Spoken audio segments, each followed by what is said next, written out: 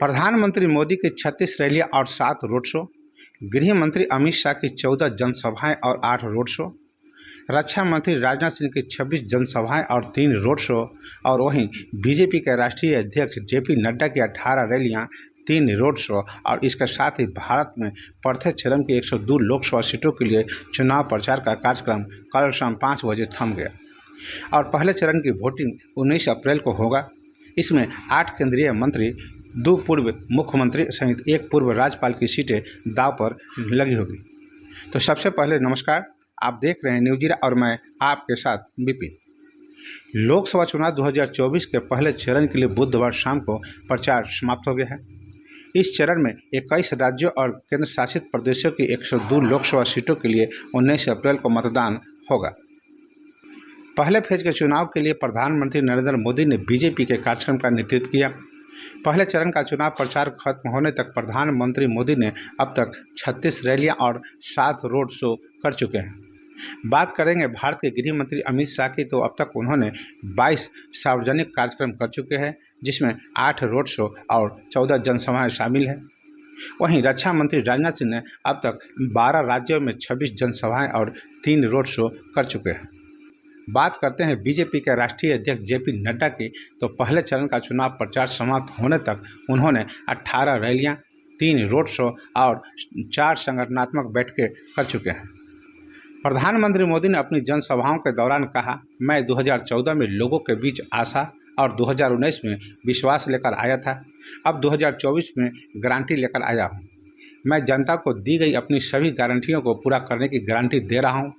वहीं गृह मंत्री अमित शाह, रक्षा मंत्री राजनाथ सिंह और कई कैबिनेट मंत्रियों ने भी बीजेपी उम्मीदवारों के पक्ष में अपना जनसभाएं की। मल्लिकार्जुन खड़गे और राहुल गांधी जैसे कांग्रेस के नेताओं और अन्य दलों ने भी अपने उम्मीदवारों के लिए प्रचार किया।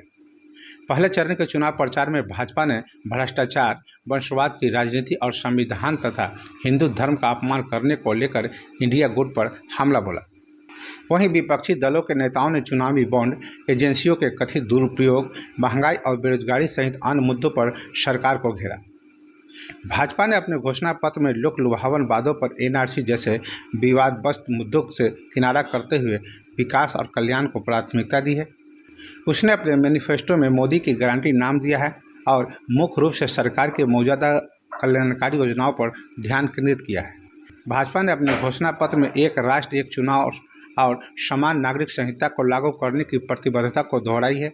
वहीं कांग्रेस ने न्याय पत्र नाम से 45 पन्नों का अपना घोषणा पत्र जारी किया है और उसमें न्याय के 5 स्तंभों और उसके तहत 25 गारंटियों पर ध्यान केंद्रित किया है, जिसमें अप्रेंटिस का अधिकार, एमएसपी की कानूनी गारंटी, एससी, एसटी और ओबीसी के लिए आरक्षण पर 50% की सीमा बढ़ाए जाने के संवैधानिक संशोधन, राष्ट्रव्यापी जाति जनगणना और अग्निपथ योजनाओं को खत्म करना घोषणा पत्र पार्टी द्वारा किए गए प्रमुख वादों में शामिल रहे।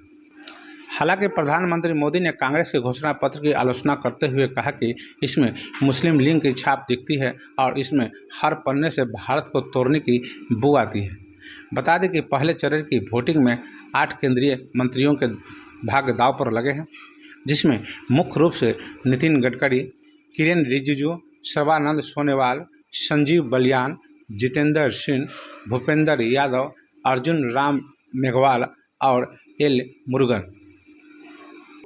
वहीं 2 पूर्व मुख्यमंत्री बिप्लब कुमार देव और नवाब तुर्की और तेलंगाना के पूर्व राज्यपाल तिमिलियासी सौंदरराजन की सीटें भी दांव पर होगी।